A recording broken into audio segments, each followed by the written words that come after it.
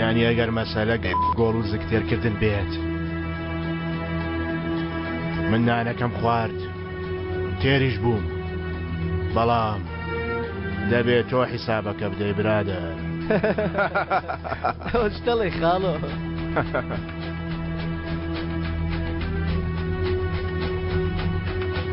وەریگەرە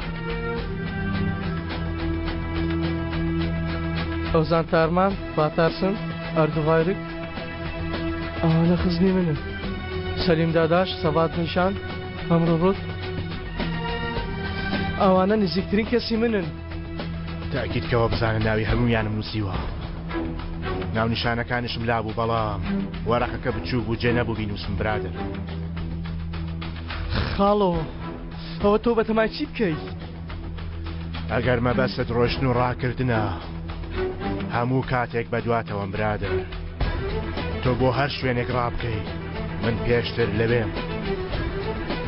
ئەگەر مەبەستی ئەمەش کوشتن بوو بێت کوشتنی تۆ زۆر ئاسانە برادر. ڕاستیەکەی هەموو ڕۆژی چ کاتێک بمانویستایە دەمان کوشتی بەڵام مەسەلەکە کوشتن نییە. ئەی چییە مەسەلە کوڕە چییە چی؟ خۆ من هەموو شتێکت پێ ناڵم برادر. بۆ ئەم وڵامە خۆت بیرکەوە بارانە.